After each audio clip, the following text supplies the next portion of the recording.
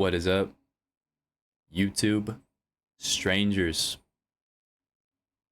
What we're doing right now is we're gonna react to a little bit of YouTube, a little bit of content that I get recommended because, well, I'm gonna have a lot to say about it. Basically, these are being recommended to me because of the videos I make.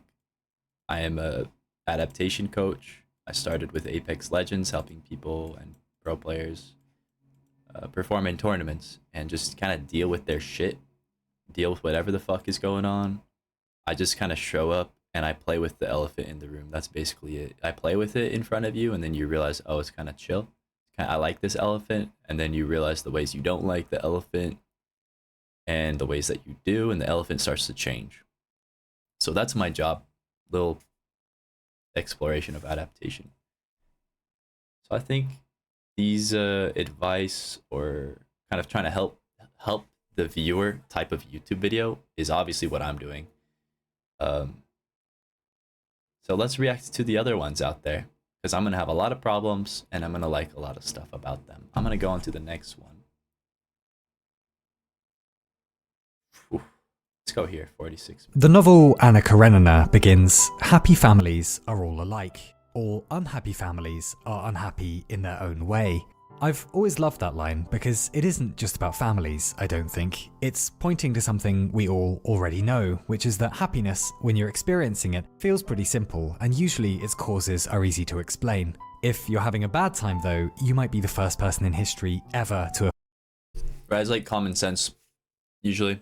had that problem. Each sad is tragically unique. And it's one thing to be sad, it's another to be sad about something odd and strange enough that you're convinced you'll never be able to properly explain it to another human being. But I'ma give it a go. Please Disagree. This is like the weakest, most cringe mindset that I think people are falling victim to. I'm 38 seconds. I'm gonna make a world record for the longest react video and the shortest time of actually watching the video. So let's play this again so far and realize why I'm so fucking upset already. It's one thing to be sad, it's another to be sad about something odd and strange enough that you're convinced you'll never be able to properly explain it to another human being. But I'ma give it a go. Please. So he's like, yeah, sadness goes much more deep. How do I disagree and agree so much? What was the last thing? So this is the last thing that I just worked on. Just as like a daily random tweet thing. And obviously I agree with what this guy's saying. This is the first time I've seen this video. I just clicked on it in front of you, and the whole point of this is visual, right? You can see it. I don't need to talk about it.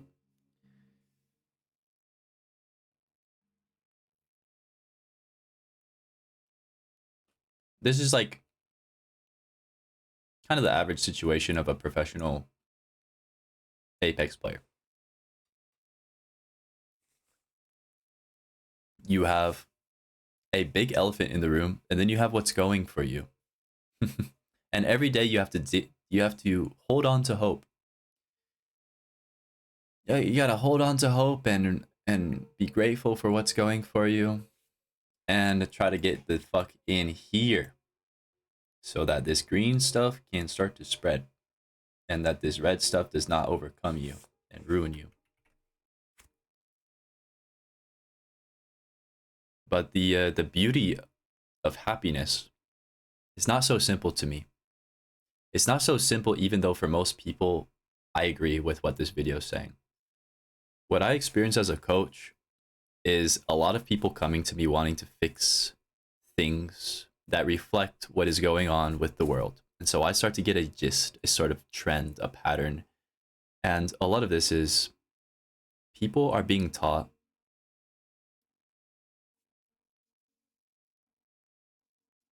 how do I put this into words? Hold on. Give me a second. Going too fast.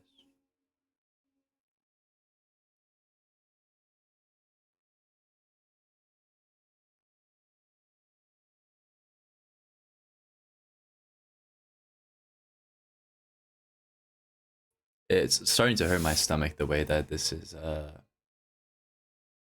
forming a lot of words right now. Deep, deep, deep down in my fucking depth. I could talk about this for years, I think. And I probably will continue to, even though it annoys the fuck out of me how repetitive I feel.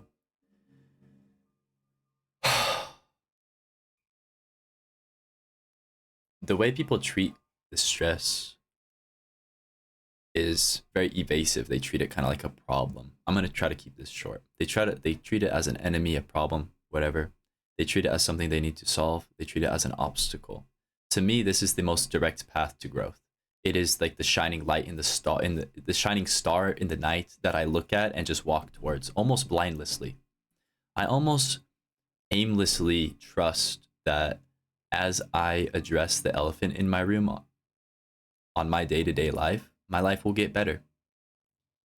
No shit, right? So what's the elephant in the room? It's stress. It's that vague, fuzzy stress, pain, hurt experience. And it starts off pretty fucking vague. It starts off over here at a wall. It's not shaped like this, you know, but there will be contact between pleasure and pain, and they will be close to each other.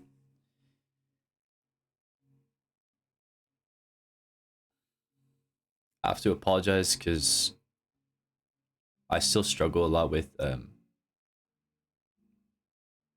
talking because I used to be a mute, and so there's going to be a lot of weird pauses.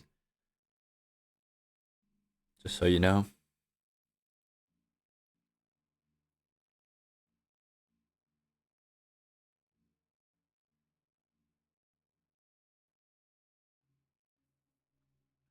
Basically,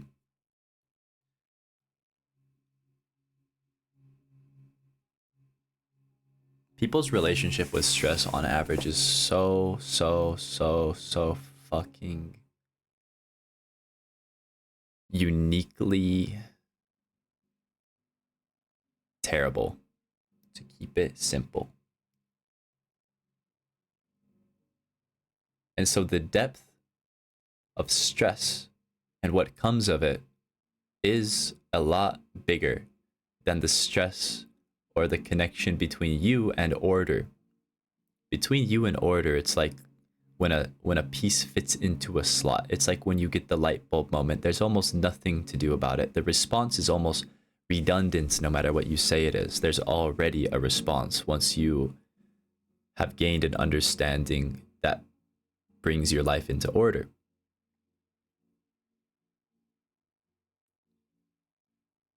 So it kind of seems like a dead end when you compare it parallel to stress in this way.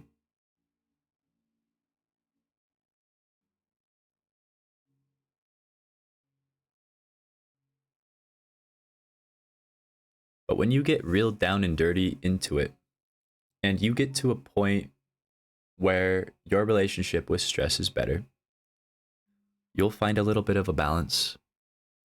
And the weirdest thing that will ever happen in my life might happen to you, where the depth of joy and the depth of ordinary and the depth of order just seem to have come out of nowhere. It did seem like a wall. It did seem like something that was a dead end, that every response was redundant, yes. But also every response to stress also has begun to feel redundant for me. It starts to feel like I don't need to do anything. I just experience it and change.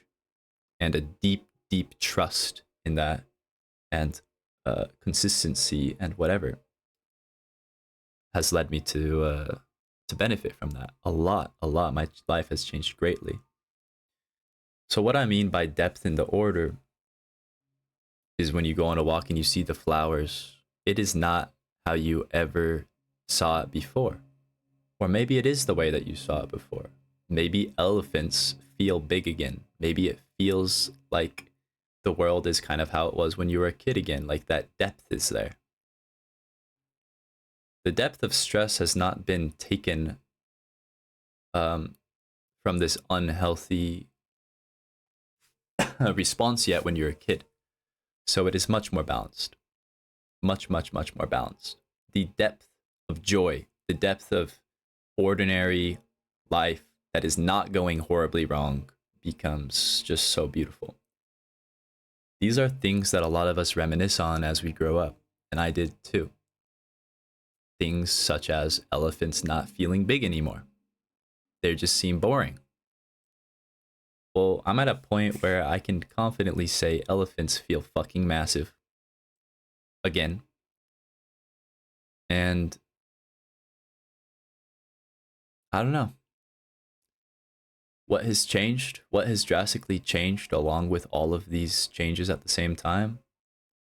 I just did an experiment one week and I was like, well, what if I treat my stress as a pet, as a being, as a friend? What would it be like if I sort of had that? And like, it wasn't the action that I did that changed everything. It was the curiosity that arose from this question of, oh, I actually don't know. So I found out and I got sort of momentum in this direction. And before I know it, we've got a new picture. We've got the ordinary over here on the left side. Much deeper than before. And then we have the stress, basically the sensation of new. And so now I'm rephrasing this all. We have the sensation of new. It is no longer stress to me. It is now the sensation of different. And I can feel my boat adjusting to this sensation of different automatically.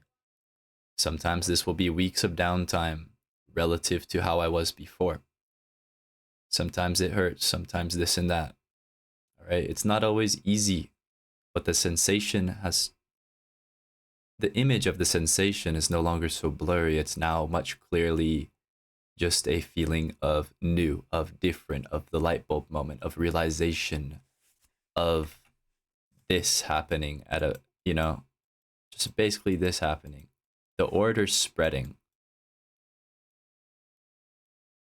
Everyone in them has this foggy, dark space around them at all times, where it's very fucking obvious you don't want to go in it. It's very fucking obvious. All these fuzzy, wriggling, blurry things that flood your experience on a daily basis. These are all a direction of depth. It's just a glimpse in your ordinary life, like a cross section, and every piece of it can just be seeped into in ways I could never explain. I can only demonstrate, like with the videos of coaching people or trying to trick you into feeling it yourself in like a video or whatever. So I'm not here to tell you what to do. I'm just here to share like what it was like for me. Because I don't think it's going to be the same way for you at all. Conceptually, in this way, it might be similar. But you're not going to look like me in any way. If you are a million times different than me, you're going to be a million times different than me after times a million. So it's just you're going to become more yourself. So like, yeah, what happens when this balance kind of starts to occur? And you start to realize that like this circle doesn't even exist. All of this isn't even contained. You just have like worlds around you at all times of the order in worlds and the chaos, the change in worlds, in anything that you could possibly define, a feeling, a layer of experience, a fucking dog, a religion, whatever the fuck it is. There's always like comfort and discomfort. There's always some sort of a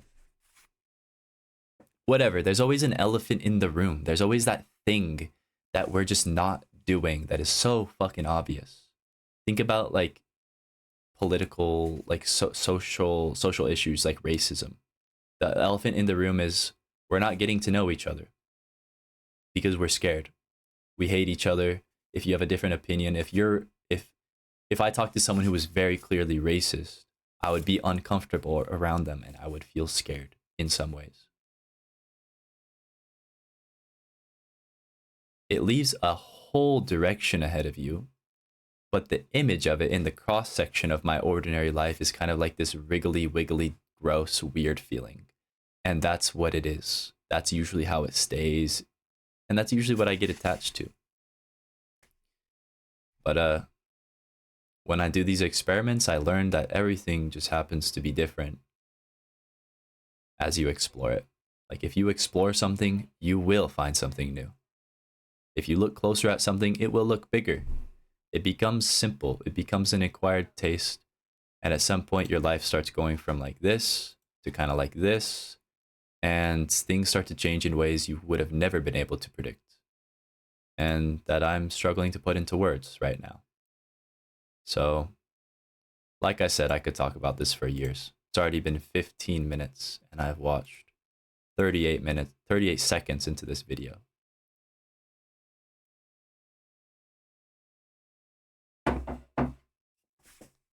A lot has happened besides it just having a little experiment, but my whole point is I'm so fucking annoyed by this this understanding that I feel like we're stuck on. 38 seconds into the video, I feel like this is an understanding that life around me has been stuck on, and I was stuck on, and it's sad.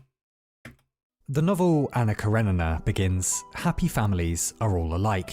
All unhappy families are unhappy in their own way.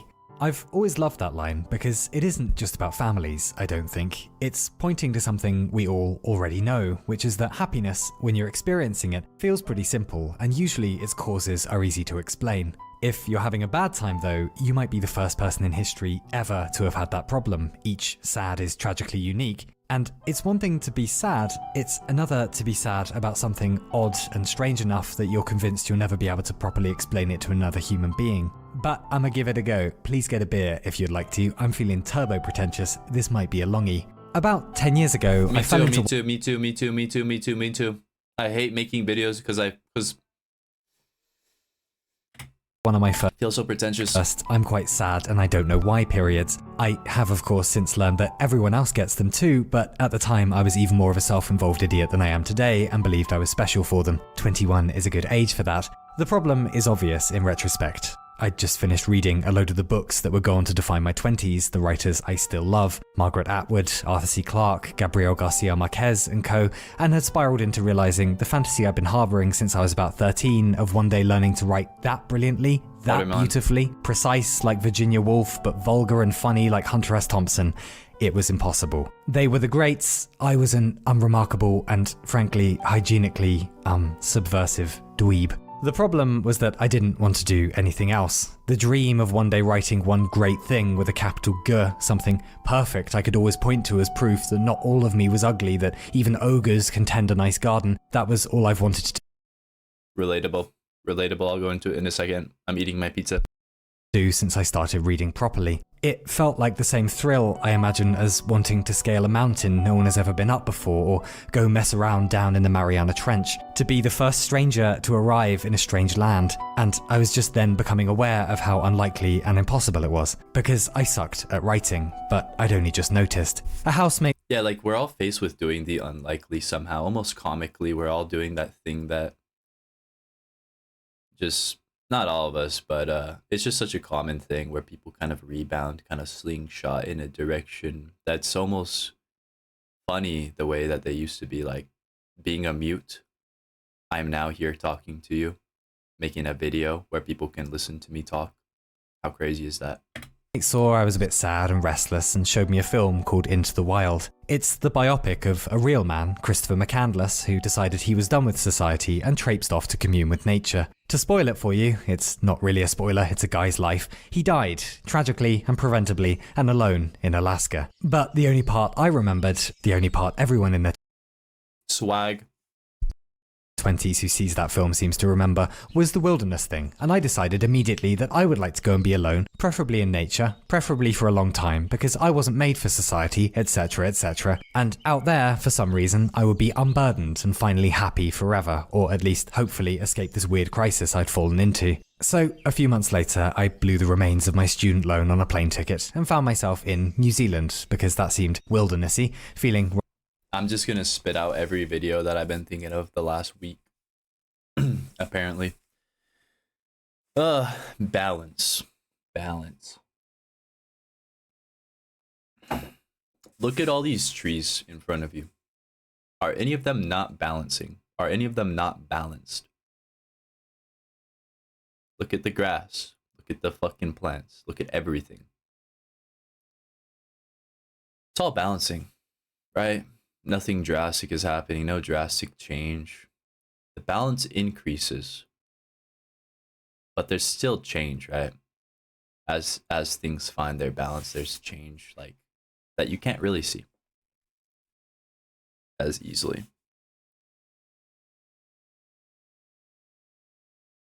The thing with balance is led by pain. Balance is led by pain and pleasure. But when you look at this forest of balance, do you feel a tendency towards pain? Or do you feel a tendency towards pleasure? You know, the word is balance.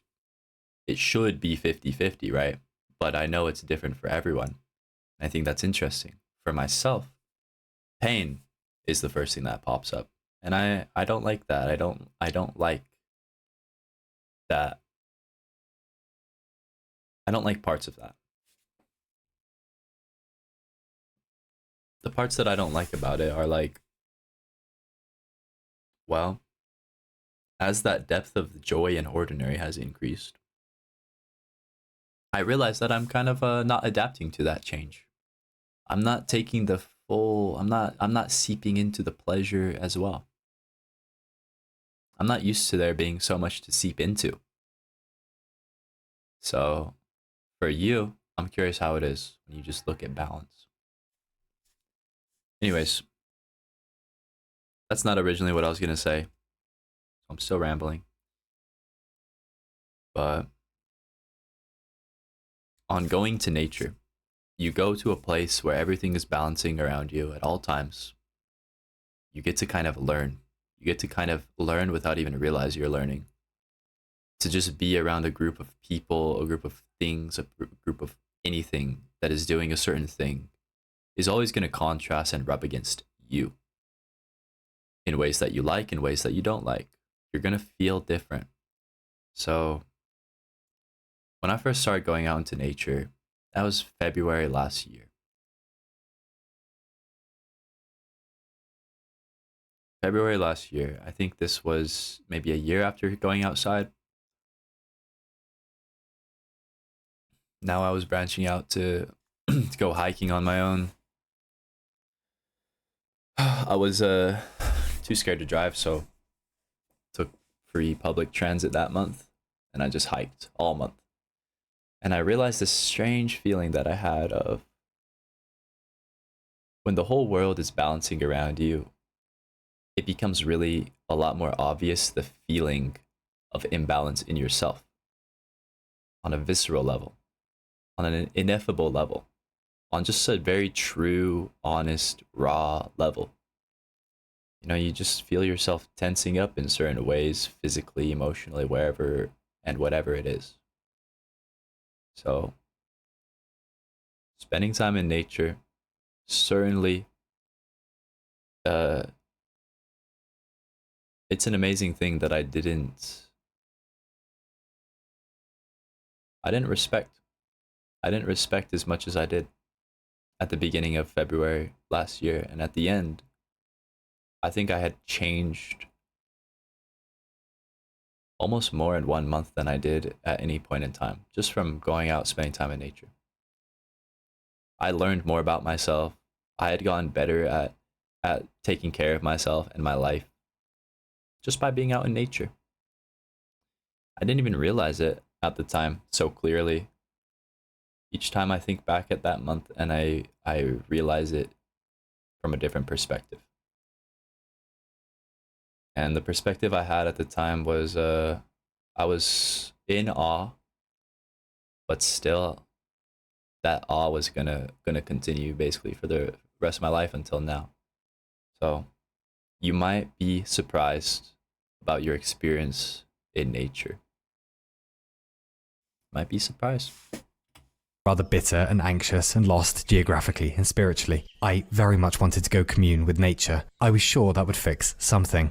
I spent about a year volunteering on farms on New Zealand's South Island. There was an organic farm program called WWOOF, WWOOF. It still exists. Big recommend. And before what I say next, I really should stress that I never had a bad time doing it. Everyone was lovely, except the first farm I worked on. It was run by a British couple. The only thing they hated more than their farm was each other. They despised each other with the same passion new lovers adore each other. It was an art to watch. They had moved to the middle of nowhere hoping to escape their problems and found when they arrived that they, in fact, were their problems. I'd get up around 5, milk the goats, build fences, get yelled at for a few hours by the husband for, and I'm not joking, quote, treating the animals too nicely, then listen to a 3-hour lecture about how agriculture was going to collapse and they alone would be the ones to preserve the light of humanity in their post-apocalyptic utopia. If I worked very hard, they told me, they would even let me live there when the end times came. I would rather drink...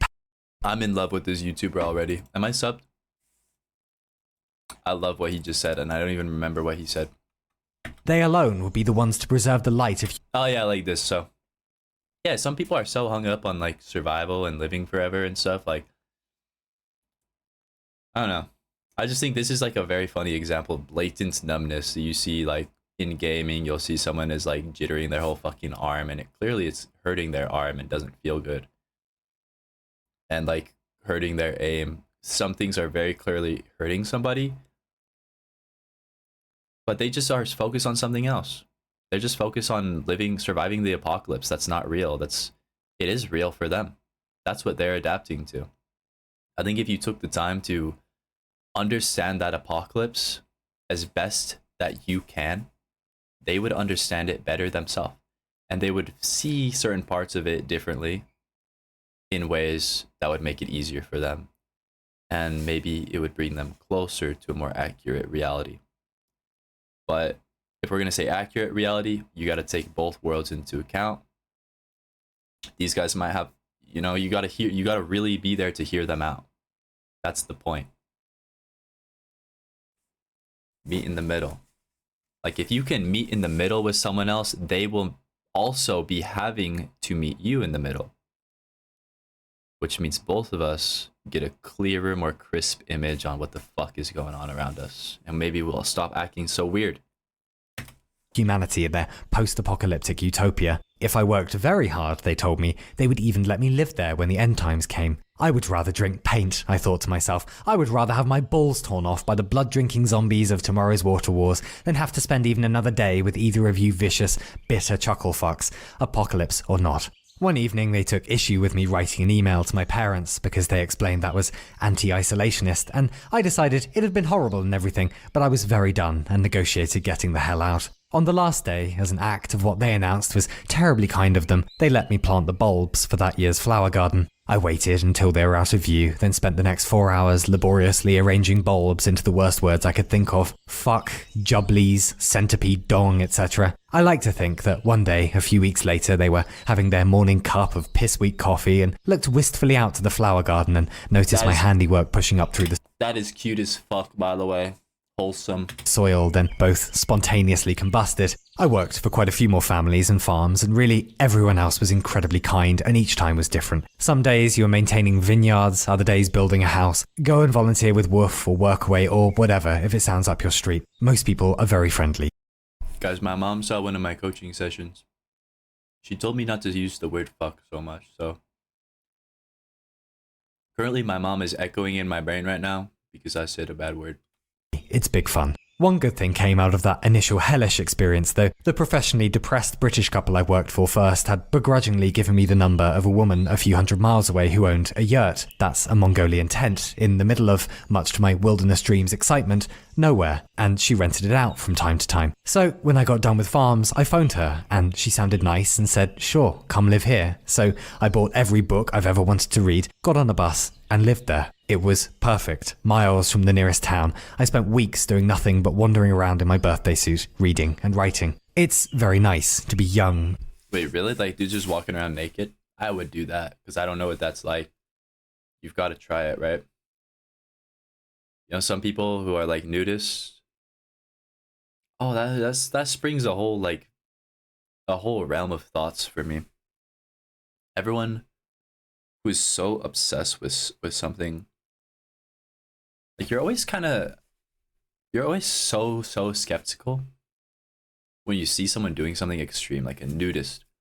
I'm always so skeptical, so like, wow, like what the fuck, that I just avoid it. I avoid the thought entirely, instead of like, maybe they're onto something. Maybe if I try it, I might like it in a completely different way and not become a nudist. But still, it might surprise me, you know? And on a mission, even when it feels like an impossible one, especially when all you need is some paper and a pencil. I remember lots of evenings in that yurt, reading by candlelight, then spending the whole of the next day trying to write and accidentally, inevitably imitating whoever I'd been reading the night before. There was the Hemingway week when the sky was wide and the trees were juiced on steroids and every metaphor involved bullfighting and whiskey. There was the Jane Austen week when the countryside was positively refulgent and I ate so little fibre that I did not shit for perhaps 2 days short of a fortnight. A strange thing happened with the yurt though. A few months in and the novelty wore off and I noticed I was going slightly insane. No wilderness euphoria had appeared. Whatever hermit's Shangri-La I'd imagined was nowhere to be found. The funny thing is, first, I don't know what this reminds me of. Also, I'm talking way too much. Shut the fuck up.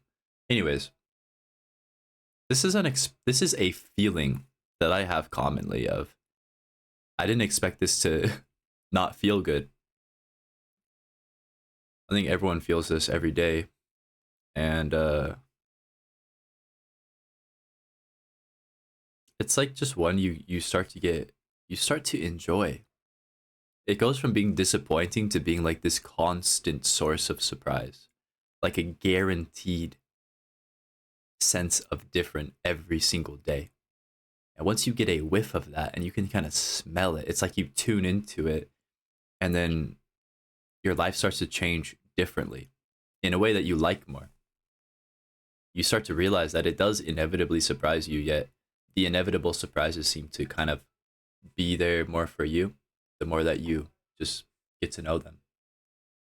You can't change them, but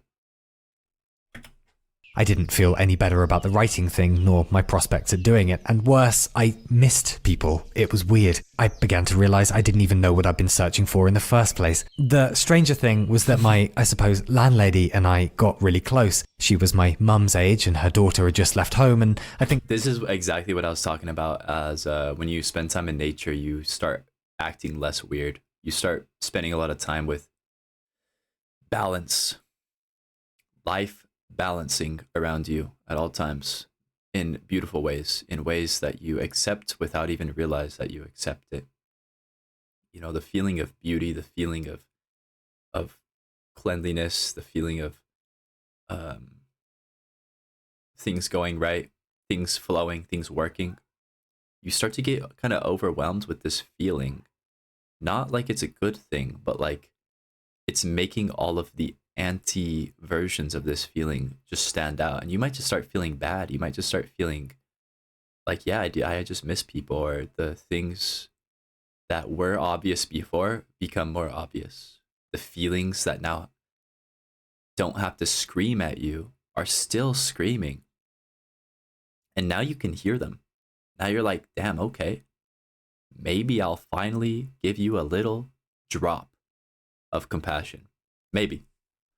Maybe she saw me as a kind of surrogate son, I don't know, but when she was in town every few weeks we'd go walking and hang out a lot. She was very kind, very clever, and very humble, quietly nodding and smiling at my stupid 21-year-old musings about how the world works, never teasing me for being an idiot, which I was. I remember her going quiet for a while when I eventually admitted what had started this entire freakout. Then she said very gently, "You will work this out, but it's going to take some time and you have to be okay with that." Well, turned out I wasn't okay with that, so I ignored this advice completely, because she was only more than twice my age. What did she know? What I don't like is saying you have to be okay with how it is. It is how it is, yeah. It is how it is. You can always say it is how it is. Teammates having a rough day. It is how it is, bro. How much does that really fucking sting? Like, it is how it is, so what's the implication? You better be okay with it. You should be okay with it. I think we're here to not be okay with it, dude. I think that's what it is to be a human. I think it's show up on this random ass planet without any prior knowledge and play the game. And you're a human. You're playing human mode. And humans are not okay with certain things. What are you going to do about it? One day, I walked into town and chanced on a book about a hiking route in the US called the Appalachian Trail. The trail was very long, apparently, but marked and maintained well. It was secluded, but occasionally passed near towns. It seemed insane, but people had done it before and lived. I quickly became obsessed with the idea of a massive hike, specifically the Appalachian Trail. Perhaps that was what I was missing. It would be like living in the wilderness, just more exercisey. But I could hardly just piss off to America, so I decided I'd go do some hiking in New Zealand instead. The day I left the yurt, my landlady drove me to the bus stop. We were both very quiet, the mood was very somber, and when we hugged goodbye, I noticed she was crying, and I was too, if I'm honest. I realised I had made a friend, and that, ironically, Aww. she was the part I really enjoyed about trying to go and be alone. That's An so obvious truth was staring me in the face, but I was far, far too young and stupid to Who else is their heart is getting crushed right now because the landlady's crying? Oh, apprehend it. It would take another half my lifetime to work it out. Anyway, I still think of my landlady today. I hope you're doing okay, Mrs. Brown. The hike was even more disastrous than my other plans. Weeks of getting lost, weeks of knowing it was a stupid idea, but having too much pride to give up. My tent let the rain in, my shoes rubbed, I had no idea what I was doing. Still, I carried it on until my body gave up on me, then I gave up on me, really, and went off to have, well, not a life, but a bumbling improvisation of one anyway. Then 10 years passed in the way 10 years does, and the writing thing did somehow become my job. The wilderness fantasies went away for a while, or at least it was much easier to get lost in the silly forests within. Still, once again, older and not any wiser then, I found myself lost 10 years on. I just finished writing a book, the one about ocelots, if you know it, and I was a mess. I'd become so obsessed with trying to finish something that was unfinishable, I had lost the plot. Literally, drinking with inadvisable enthusiasm, sleeping on sound insulation foam in the room where I write, because that was the only place I could sleep without feeling guilty about not working, unable to finish the thing, yet unable to let it go. In hindsight, I should have just let it go. It was one of the worst things I've ever written.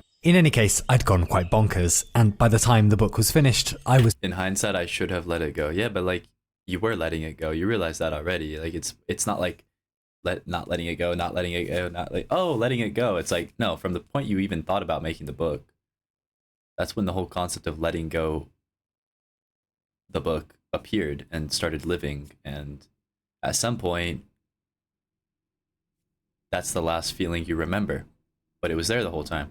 pretty finished too. I couldn't write another word, couldn't find any enjoyment in it, which was a bit of an issue since writing had become the one thing in the world that makes sense to me. It's the one thing that makes all the other things nice, not to mention pays my rent. Nothing worked. I hated that abandoned everything I started, second-guessing myself the whole time. This went on for months. Luxury problems, I know, but it felt very real at the time. This is like me and coaching. Like, I just kind of gave up coaching completely at some point. And that's when I became like me as a coach. That's when it changed. Everything really changed a lot. So I'm really on the edge of my seat at this point. This kind of area of you start struggling so hard with your passion. It has to be a certain way. And then you just realize that you are the passion. And you've just got to keep getting through it. You're going to be here the whole fucking time. It's not going anywhere. The The problem is that one's imagination and sense of purpose can't be bargained with or cajoled, and when they stop firing for some reason, it feels like suffocation, as you may unfortunately already know. They don't respond to reason, you just have to sit tight and wait to feel human again. There are workarounds, of course. This is humanity, you fucking dweeb, you dumb fucking nerd. This is what pisses me off. I feel like the problems that I'm faced with, that I'm constantly being faced with, is people trying to not be human. People trying to be fucking robots. People trying to control themselves. People trying to operate like in a way. Like there always has to be a way. And if it's not going well, it can't just not be going well. It has to be wrong, or it has to be inhuman. That is the most human thing ever, to something's going wrong and to panic, to freak the fuck out about it, to want something a certain way, to have passion, to not feel human on this guy's definition. They don't respond to reason, you just have to sit tight and wait to feel human again. They don't respond to reason. Is being a human responding to reason? Is it the way that you have been taught to think, the way that you're almost dependent on thinking? If you want to explore this question, there's just an infinite bound of, in what ways does thinking bother you? And that question will never die. Forgot what I'm even saying. I'm just getting so fucking annoyed. I'm getting so annoyed. My mom was right. I do swear a bit too much. I don't like it either.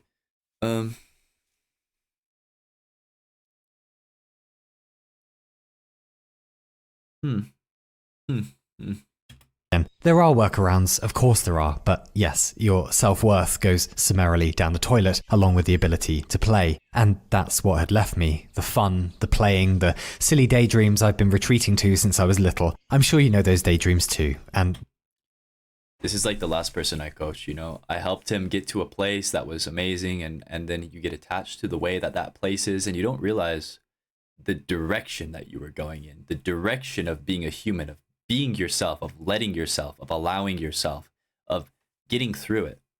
And then suddenly, boom, you're in heaven for a month or a week, and things are different. And then things start continuing to be different. And oh my God, it's different in a way that's different. What is going on? Go backwards. And then they come to me and I'm like, bro, tell me about how it is where you are. And then at the end of the session, they're like, I'm a fucking idiot. I was so distracted with how it was that I didn't see how it was different, and that's all I did in the first place. It's like I give you sand and I'm like, hey man, I help you play with sand and you make a castle, and then your castle falls over, and you just make another castle, and you make another castle and another, and you're like, bro, it's not like the first one. Okay, and then I ask you, okay, it's not like the first castle. Well, which castle is it? It's the 700th castle. And then I'm like, oh yeah, well, it's the 700th castle. That's my answer. And then they're like, yeah, it is. It's the 700th castle. And then I'm like, tell me about that. And then they do. And then before they know it, it's not even a castle anymore. They're like, well, now that I had to tell you about everything about the castle and what I don't and do like about it, I actually now have a farm. And I've made this sand farm, and I like it a lot more. And thank you for helping me. I'll see you again. And then maybe they will see me and say the same thing with their sand castle. And I go, okay, you're on the 50th sand castle. What's it like? And then it turns into a fucking sand tree. And then they're like, thank you so much.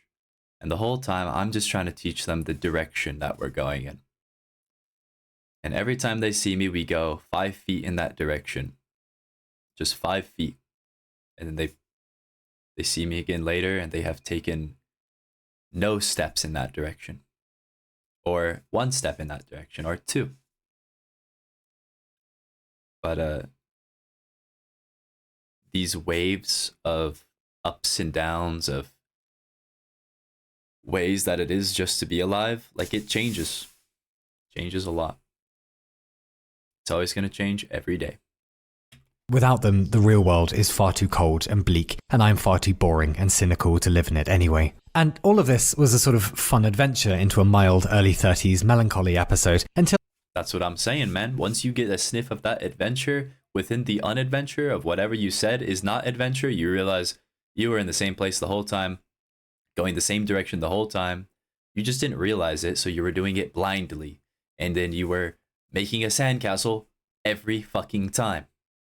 I noticed if I was reading or looking at something close up, it would take ages for my eye to focus normally again when I look away. I say eye because only my right eye can see anything. The left is a sort of cosmetic bonus. So as you can imagine, I'm quite protective of old righty. Visiting an optometrist seemed like a good idea. It happened to be the day of my 32nd birthday. Eye exams are about as exciting as birthdays in your 30s get, apparently. And the optometrist scanned my eye with fancy equipment and buffed it and varnished it, God knows, and said, nope, everything's fine. And I said, yeah, but it's not working. It takes ages to focus now. And he looked down at my notes and said, oh, it's your birthday today. And I said, yeah. And he said, happy birthday. You're getting old, which I thought was extremely funny and useless and funny, but I must admit it added a whole new dimension to the whole freaking out about writing thing. Shouldn't I have written something good by now? I've had ages. I'm not old yet, but I'm hardly young anymore. What the hell am I playing at? I was supposed to have done a thing by now, a thing I liked, a thing I was proud of.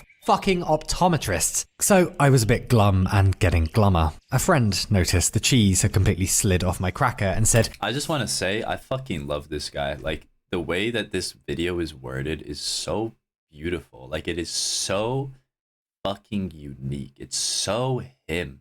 It is crazy. I can't even get over it. It just like kind of sends me off. I don't even hear. I don't know. Like, this is a thing is for me and YouTube videos.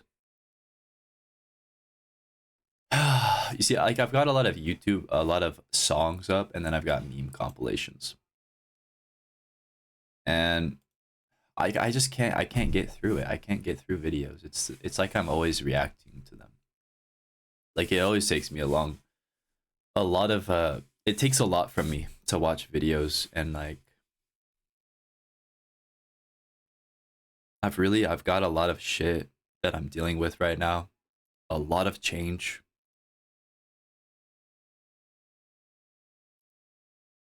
And I feel pretty sensitive to videos. I feel like I'm getting very sensitive to videos, and I really love, like, I love, fuck, it's so hard to put into words. I get really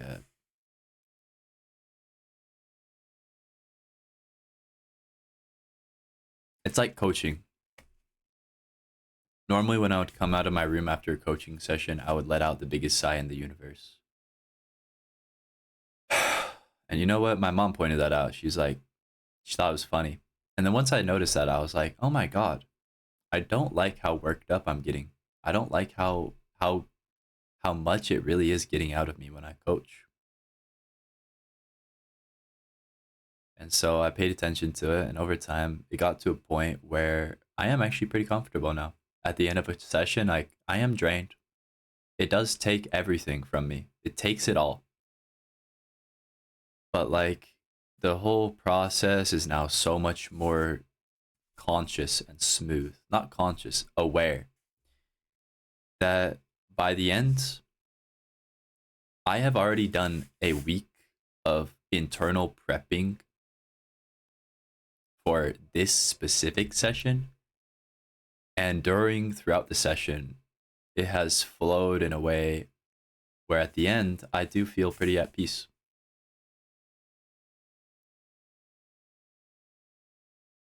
YouTube videos, kind of the same thing. Like meme compilations.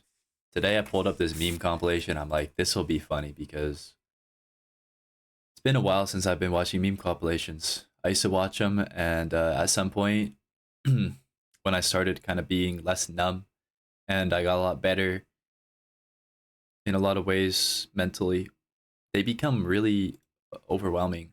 Same with like this video. I'm only 10 minutes in, and just because I'm willing to talk over it, we're 50 minutes in, like in this video.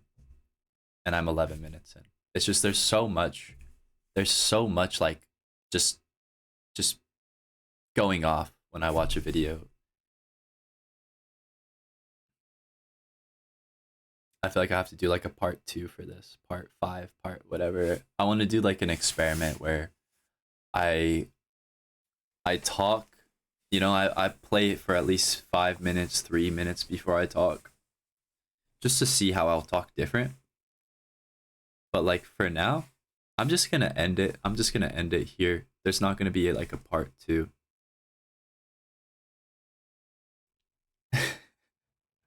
I don't know, man. It's so ridiculous, but I'm a lot further than where I used to be. It sounds crazy, like a crazy problem, but going from being completely numb, like almost like a vegetable, to videos overwhelm me now, and I'm kind of gaining that balance.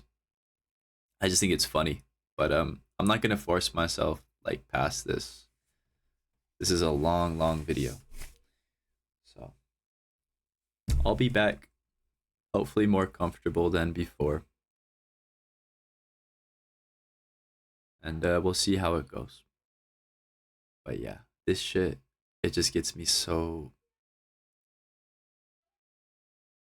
especially since like this shit gets recommended to me because of my channel, because of the content that I make. So everything clicks with me in a way that is more relevant, I guess. Like it's more likely to just click and bother me, and like for me to like it and be more bothered by it. Speaking of liking the video, like the damn video. Here's how you do it. Just so you know how long it takes. This was a good video. I can't watch the rest, not if I'm gonna talk over it. It gets rough. It gets way too rough. And this is one of the problems with being in the position that I'm in, of coaching people in a way that helps them in real life and in game. It's like everything I experience just kind of connects to it. And this really helps my coaching improve. Really helps it. Which helps me take care of myself. So it's a wonderful experience for me. But it is very weird. It's very weird. It's not normal. It's very me. So like that, like I'm here, I'm getting dizzy.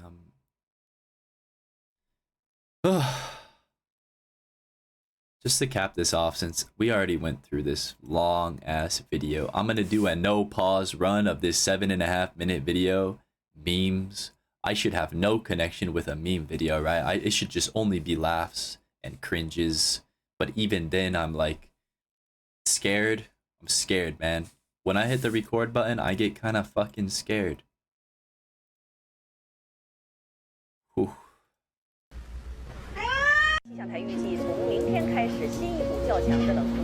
That is so me. I'm already going off into a memory. I'm not pausing it. Fuck, man, I used to have pet rats. I miss my rats. Ah! Oh my god.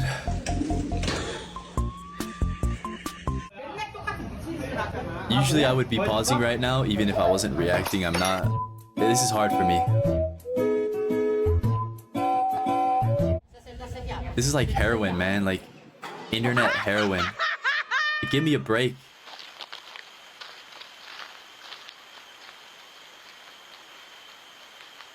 I'm on the edge of my seat. What's this monkey about to do? Oh my god! Oh, okay, I can't actually have it. I can't get enough of the monkey. I'm still living in the monkey world. Anyone else in the monkey world right now? None of this tops the monkey. I'm still seeing the monkey. That was pretty good though. No! Get it. Oh, get it over there. Watch the table! No, the table! I wanted tortoise. That's so cute. Aww.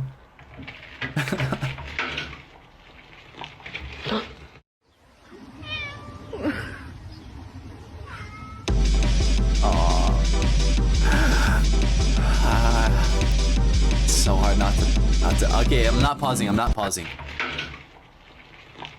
I'm not gonna rewind anymore. This is my one rewind I get. Imagine you're a cat. You're a cat and that's just your response and you just go back to sitting there. Imagine that.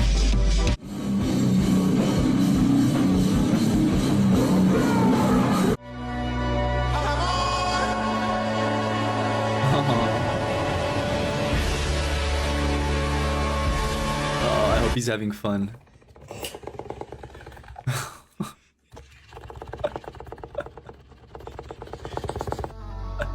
I love that cat. Oh my god. Imagine like walking around like you're the size of a bug or like a mite and you're in the crevice of that orangutan's forehead. Alright, pre-haircut. Pretty long on sides, my ears are gone. That is literally me, like my whole experience getting haircuts as a child. In Ireland!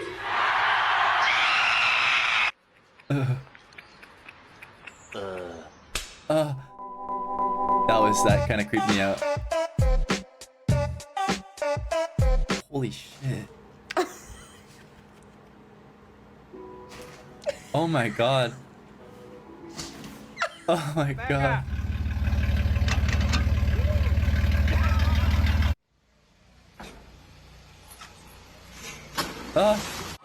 What? I'm breaking the rules for that one.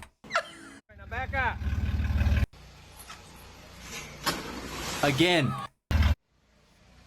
What? I'm breaking all the rules. Pay attention. Listen, just pay attention to everything about like before it even takes its second step. The cat.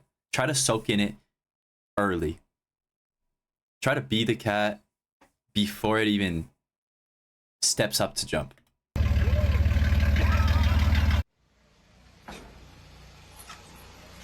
Oh, imagine being that fucking brave. That's sick. What a cool cat.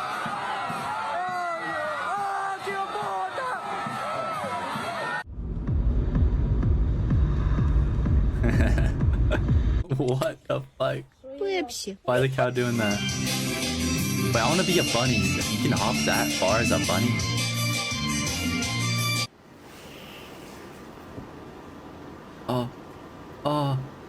Oh my god. Do you guys think that feels satisfying as the dog? Like, do you think the dog's feeling that like tingle? That like, yeah, sort of tingle?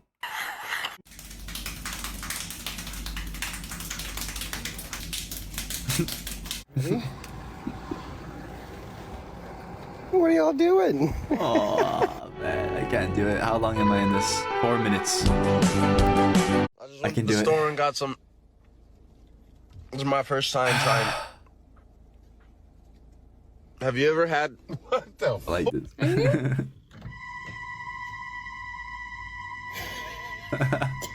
Imagine if this P stood for pizza, like a pizza element.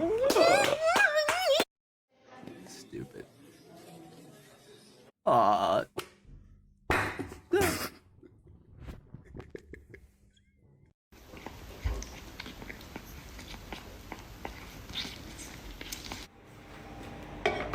I'm never gonna have a face cam for this because I was just making the weirdest face watching that cat ever.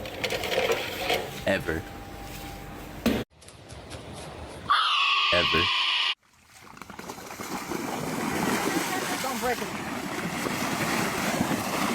Outfit check. Yo, if Today this video I have... gets 3 likes, I'll put on a face cam. Outfit check. Today I have... I'm lying, by the way.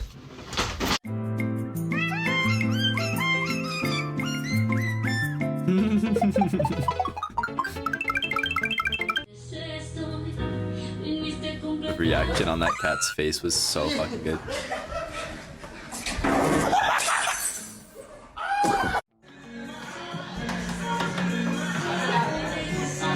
Is this real? Real blind? Put the milk. We gotta replay this. I'm not gonna replay it. I'm It wasn't me. Oh Oh my god. This is for you guys. Oh my god. Ah.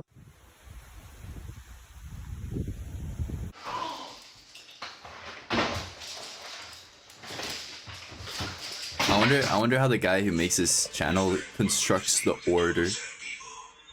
Cause like I feel like I laugh so hard and then there's one that just always gets me a little bit. It's like he does it on purpose. On the part, no, oh my god, no, oh my god, oh. Am I getting old?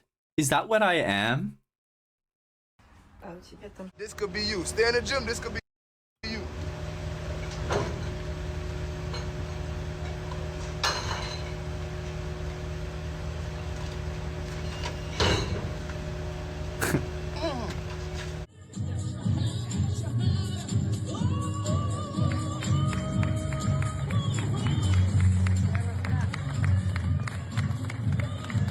Where are these bad fucking vibes? I'm getting the worst vibes. Oh! That's what it is! Guys, how did I know, by the way? How did I know? It's obvious, right? It's so obvious. But you don't know that it's obvious. You don't know that you're already feeling that it's... I'm pausing at the end because it's the end of the video. You don't know that it's so fucking obvious until it's so fucking obvious, you know? Like, who else had horrendous vibes at this point? I had the worst vibes in the world at this point. I was like, is something behind her on the back of her head? Do I somehow know about this random bullshit somehow? Nah. I knew that this shit was bad.